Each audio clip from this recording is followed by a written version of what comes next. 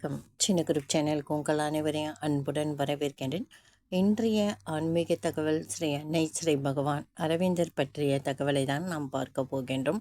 அன்பர்கள் அனைவருடைய பிரார்த்தனையும் ஸ்ரீ அன்னை ஸ்ரீ பகவான் அரவிந்தர் திருப்பாதங்களில் சமர்ப்பணம் செய்கின்றேன். நம்பிக்கையான நியாயமான பிரார்த்தனைகள் நிச்சயமாக கைகூடும். நம்ம இன்றைய பதிவில் நோயை பற்றி தான், நோய் குணமாகும் விதத்தை தான் நாம் இன்றைய பதிவில் நாம் பார்க்க போகின்றோம். சிந்தனை பொறிகள் என்ற நூலில் ஸ்ரீ பகவான் அரவிந்தர் குறிப்பிட்ட பதிவு. நோயாளியின் மனம் தன் உடலை பிடித்துள்ள நோயை ஆதரிக்கின்றது. ஒரு நோயாளியாக இருக்கிறவங்க இப்போ சும்மா சாதாரணமாகவே கை கால் வலி, உடம்பு டயர்டாக இருக்குன்னா அவங்க மனம் அதை தான் திருப்பி திருப்பி சொல்லிகிட்ருக்கோம். என்னால் முடியலப்பா, ஒரே கை காலெல்லாம் வலி, ரொம்ப டயர்டாக இருக்குது, வேலையை செய்ய முடியல, எதுலேயும் நாட்டம் இல்லை என்று அவங்க அதையே திருப்பி திருப்பி சொல்லுவாங்க. யாரை பார்த்தாலும் அதை தான் சொல்லுவாங்க. அப்போ அவங்க என்ன, நோயை அவங்க வரவேற்கின்றார்கள், நோயை ஆதரிக்கின்றார்கள். அப்போ எப்படி நோய் போகும்? கண்டிப்பாக போகாது. நமக்கு நோயே வந்துவிட்டால் கூட நாம் அதை பற்றி நினைக்கக்கூடாது. என்னதான் உடம்பு புத்துணர்வாக இல்லாமல் போயிடுதோ, டயர்டாக ஆகிடுதோ, நமக்கு உடம்பு முடியாமல் இருந்தாலும் அதை நீங்கள் சட்டை பண்ணாதீங்க. சட்டை பண்ணாமல் நீங்கள் உங்கள் வேலையை தினைக்கும் செஞ்சிட்டே இருங்க. அந்த நோயின் தாக்கம் அதிகமாக இருக்கும் பொழுது அந்த நோயை நீங்கள் மருத்துவரை போய் பார்க்குறீங்க. மருத்துவரை பார்க்கும் பொழுது அந்த மருத்துவர் மீது உங்களுக்கு நம்பிக்கை வர வேண்டும். அவர் கொடுக்கும் மருந்தின் மீதும் உங்களுக்கு நம்பிக்கை வர வேண்டும். அப்போ தான் அந்த நோய் குணமாகும்.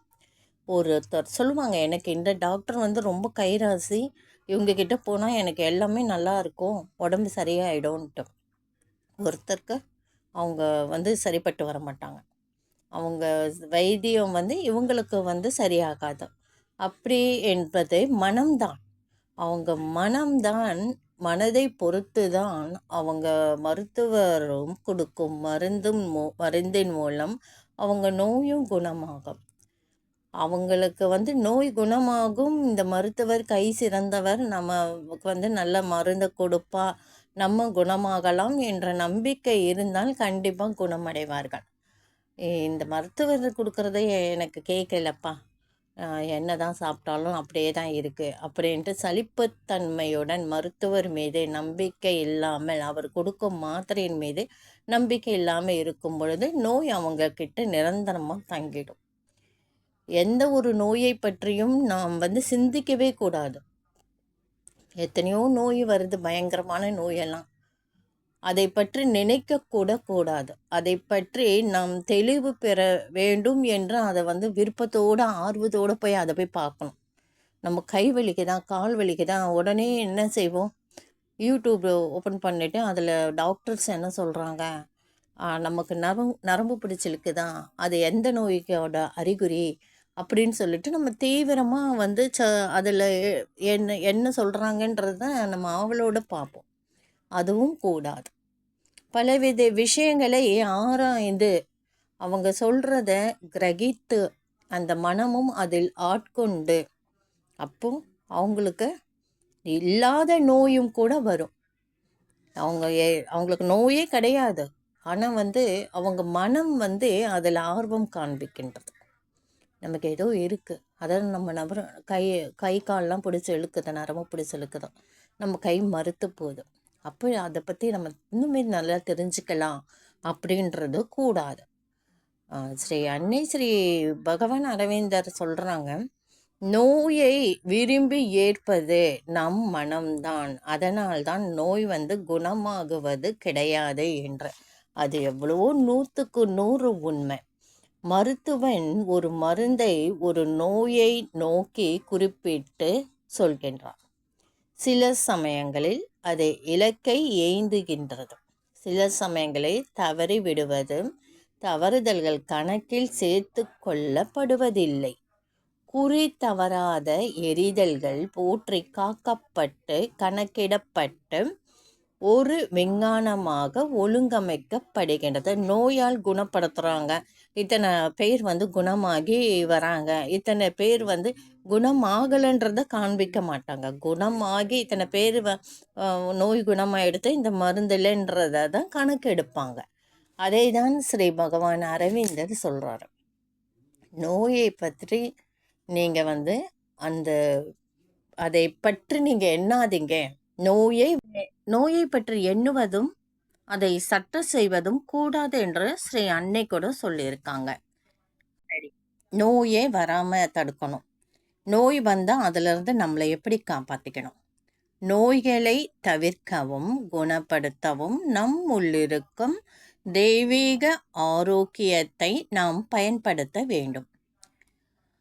அப்படி நாம் பயன்படுத்தும் பொழுது நிச்சயமாக அந்த நோயிலிருந்து குணமடையலாம். மருத்துவ விஞ்ஞானம் நல்லதை செய்ய விரும்புகின்றது.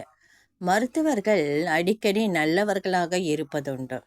தன்னலமற்ற மருத்துவர்களும் இருக்கத்தான் செய்கின்றார்கள். உண்மையை, ஆனால் நல்லதை செய்ய விரும்பும் அறிவிலிகளின் நல்லெண்ணம் அவர்கள் தீங்கிழைக்காதபடி தடுத்து விடுகிறது என்றும் எவராலும் கூற முடியும். எல்லா மருந்துகளும் மெய்யாகவே தம்மில் ஆற்றல் வாய்ந்தவை. எல்லா மருத்துவ கருத்துகளும் உண்மையானவை என்றே வைத்து கொண்டாலும் கூட அதை இயல்பான ஆரோக்கியத்தையும் உள்ளுறத்தையும் இழந்துவிட்ட நமக்கு எவ்விதத்தில் ஆறுதல் அளிக்கக்கூடும்? நச்சு மரம் தன் எல்லா பக்கங்களிலும் வலுமிக்கதாக இருந்தாலும் அது நச்சு மரம்தானே. ஏன்னா நச்சு மரம்ன்றது அதுக்கு எல்லாம் பலமாக இருக்கும், அது கிளைகள்லாம் நல்ல ஸ்ட்ராங்காக இருக்கும். ஆனால் அது ஒரு நச்சு மரம்தான். அனைத்தும் வல்ல மருத்துவர் நம்முள்ளிருக்கும் ஆத்மன் மட்டுமே ஆகும். அதற்கு உடல் இணங்கி பணிவதே நோயெல்லாம் தீர்க்கும் மருத்துவம் ஆகும். உன்னுள் உறையும் கடவுள் வரம் பற்றவர். அவர் சுயமாய் நிறைவேறும் சங்கற்பமாவார். உனக்கு வரும் நோய்களை ஒரு பரிசோதனை என்னும் முறையில் அன்றி முழு நம்பிக்கையுடனும் அமைதியுடனும் சாவை பற்றிய பயமேதும் இன்றி கடவுளின் கரங்களில் ஒப்படைக்க உன்னால் முடியுமா? அப்பொழுதே அவர் பல்லாயிரம் மருத்துவர்களின் ஒருங்கிணைந்த திறனுக்கு மேற்பட்டவர் என்பதை நீ காண்பாய்.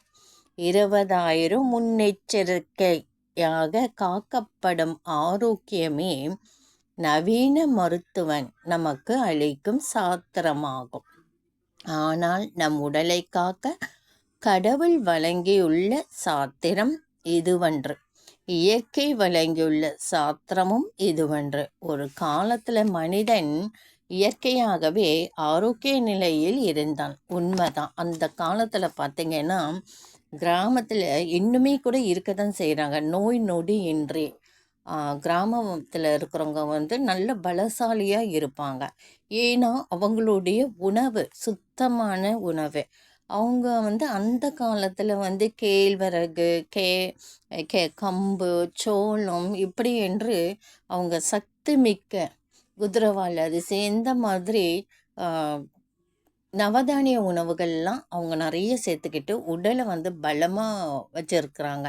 இப்போவுமே அவங்க உடம்பு ரொம்ப பலசாலியாக தான் இருக்கிறாங்க. நோயே அவங்களுக்கு வந்ததில்லை. ஊரெல்லாம் கொரோனா வந்த காலத்தில் கூட எங்கள் கிராமத்தில் இருக்கிறவங்களுக்கு நோயே வரலை. அவங்களுக்கு அந்த கொரோனா வைரஸே அவங்க அந்த ஊருக்குள்ளே வரலை. இது ஏன் தெரியுங்களா? அவங்க எதிர்ப்பு சக்தி அவங்க உடம்புல அதிகமாக இருக்குது.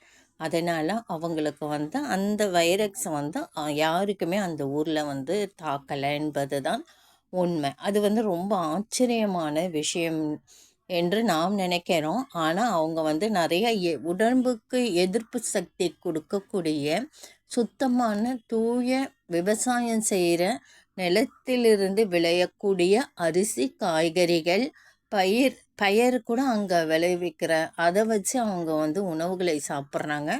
தூய தண்ணீரை அவங்க ஆற்று தண்ணின்னு சொல்லுவாங்க. அந்த தூய தண்ணீரை அவங்க வந்து பருகிறதுனால நோய் நொடி இன்றைய ஜுரம் கூட அந்த ஊரில் வந்து வர்றது வந்து ரொம்ப அபூர்வம் தான். அப்படியே வந்தாலும் அவங்க அந்த ஊரில் வந்து கை வைத்தியம் தான். ஏன் இதை குறிப்பிடுறேன்னா, ஒரு காலத்தில் நோய் நொடி இன்றி வாழ்ந்த காலங்களும் உண்டு. ஆனால் இப்போ பாருங்க, எதுக்கு எடுத்தாலும் வைரஸ் வருது, அந்த நோய் இந்த நோய், எதிர்ப்பு சக்தியே கிடையாது. ஏன்னா அதற்கு உணவு பழக்க வழக்கங்கள் முக்கியமான காரணமாய் கருதப்படுகின்றது. மருத்துவ பொட்டலங்களால் நம் உடலை தாக்குகின்றது. உடலை அரித்து தின்னும் நுண்கிருமிகள் இப்போ நிறைய உற்பத்தி ஆகுது. கற்பனையும் பீடிக்கின்றது.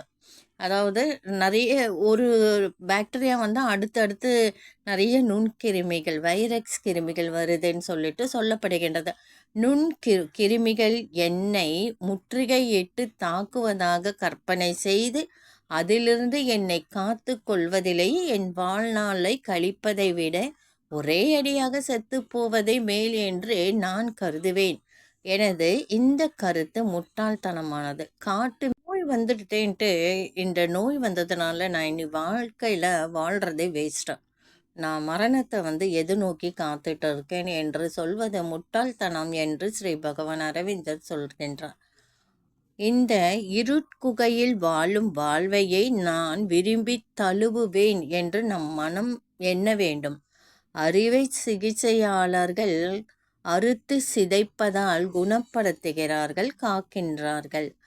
இதை விட இயற்கையின் நேரடியான சர்வ வல்லமையுடைய மருத்துவர்களை கண்டுபிடிக்க முயல்வதே மேலன்றே. அச்சம், சுய நம்பிக்கையின்மை, இயற்கைக்கு புறம்பான விதத்தில் மருந்துகளை சார்ந்திருத்தல் ஆகியவற்றை மருத்துவ விஞ்ஞானம் நம் மனங்களுக்குள் உடல்களுக்கும் கற்பித்துள்ளது. அவற்றையே நம் இயல்பாக பழக்கப்படுத்தி விட்டது.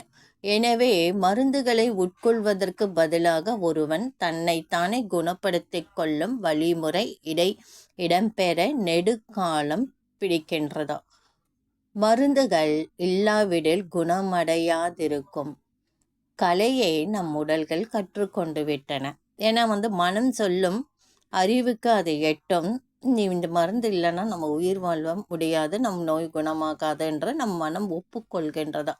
இதனால் தான் நம் உடல்கள் நோயுறும் போது மருந்துகள் தேவைப்படுகின்றது. உயிர் பிழைக்காது என்று மருத்துவர்கள் கைவிடும் நேரத்தில்தான் உடல் இயற்கையாகவே குணமடைகிறது என்பதை நாம் அடிக்கடி காண்கின்றோம். இது ரொம்ப ஆச்சரியம். நிறைய பேர் சொல்லுவாங்க, நீங்கள் பிழைக்கிறது வந்து ரொம்ப கஷ்டம், டாக்டர் கைவிட்ட பிறகு அவங்க உயிர் பிழைச்சி பல ஆண்டுகள் வாழ்ந்து மடிஞ்சிருக்காங்க. நம்முள் இருக்கும் நோய் தீர்க்கும் ஆற்றலின் மீது நமக்கு நம்பிக்கையற்று போய்விட்டது. நம் உடல்களை பொறுத்தவரை நாம் மோட்சத்திலிருந்து வெளியேற்றப்பட்டதன் காரணம் இவையே ஆகும்.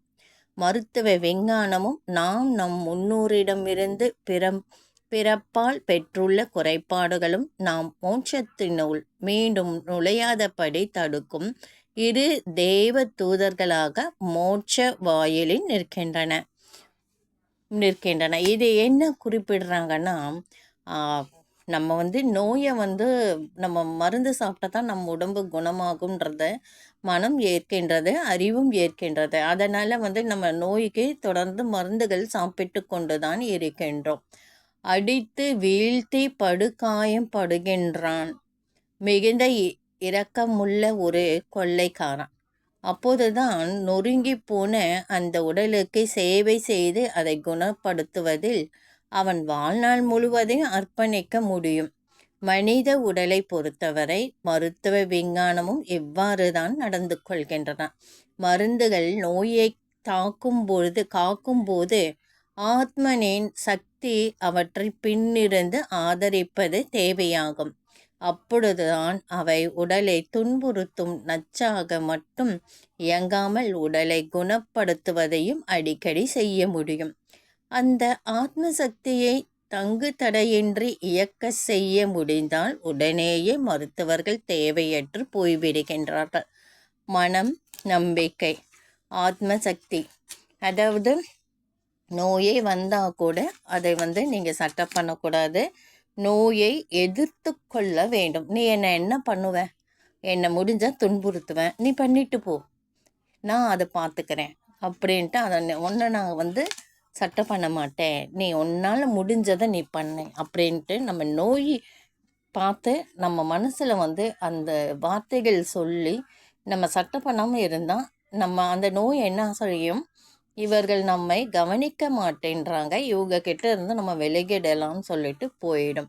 இதுதான் அன்னை ஸ்ரீ பகவான் அரவிந்தர் சொல்கின்ற நோய் குணப்படுத்தும் முறையை அவங்க இப்படி தான் சொல்கிறாங்க. மனம், நம்பிக்கை. நம்ம மருத்துவர் மீது நம்பிக்கை வைத்து நம்ம தீராத நோயை தீர்த்து கொள்ள ஆத்ம சக்தி நமக்கு தேவைப்படுதான். தெய்வ துணையுடன் நாம் நோயை குணப்படுத்த முடியும். நோயை பற்றி எண்ணங்களை நாம் விட்டுவிட வேண்டும். மருத்துவரை அணுகினால் மருத்துவரையும் அவர் கொடுக்கும் மருந்தின் மீதும் நம்பிக்கை வைக்க வேண்டும். இறைவன் மீதும் நம்பிக்கை வைத்து அந்த நோய் பரிபூரணமாக குணமாக நாம் இறைவனிடம் பிரார்த்தனை வைத்து நோயை பற்றிய எண்ணங்களை இறைவனிடம் சமர்ப்பணம் செய்துவிட்டு, அதாவது அன்னை ஸ்ரீ பகவான் அரவிந்தரிடம் திருப்பாதங்களில் நீங்கள் சமர்ப்பணம் செய்துவிட்டு அந்த நோயை பற்றி எண்ணாமல் அவங்க கிட்ட ஒப்படைச்சிருங்க. அதே மாதிரி மருத்துவரிடமும் ஒப்படைச்சிட்டு அவங்க கொடுக்குற மருந்து மீதும் மீதும் நம்பிக்கையுடன், அதை விட இறை நம்பிக்கை முக்கியமாக வேணும். அவங்க இறைவனால் நோயை குணப்படுத்த முடியும் என்ற நம்பிக்கையோடு நீங்கள் பிரார்த்தனை செய்து வந்தால் அந்த நோய் உங்களை விட்டு விலகி போய்விடும். உங்கள் உடம்பில் அந்த நோய் இருந்தால் தடயமே தெரியாதுங்க. எத்தனையோ பேர் தீர்க்கவே முடியாத கேன்சர்லேருந்து வெளியே வந்திருக்காங்க. தீராத நோயை குணமடைந்து அவங்க வெளியே வந்திருக்காங்கன்னா அதற்கு ஒரே காரணம் அவங்க மன வலிமை. அவங்க மரணத்தை பற்றி அவங்க பயப்படுறது கிடையாது. நிச்சயமாக நம்ம குணமாக வெளியே வருவோம் என்ற ஒரு நம்பிக்கை, அவங்க இறை சிந்தனையும் சேர்ந்து ஞான சக்தியும் சேர்ந்து தான் அவங்க உடம்பு பரிபூர்ணமாக குணமாகுது. நோயிலிருந்து அவங்க விடுபடுறாங்க. இதை தான் ஸ்ரீ பகவான் அரவிந்தர் சிந்தனை பொறிகள் என்ற நூலில் அவர் இந்த பதிவை அவங்க எழுதியிருக்காரு. இந்த பதிவு உங்களுக்கு பிடிச்சிருந்தால் லைக் பண்ணுங்கள், ஷேர் பண்ணுங்கள், சப்ஸ்கிரைப் பண்ணுங்கள், கமெண்ட் பண்ணுங்கள். நன்றி. அடுத்த ஒரு பதிவை இதை விட சிறப்பான ஒரு பதிவை பார்க்கலாம்.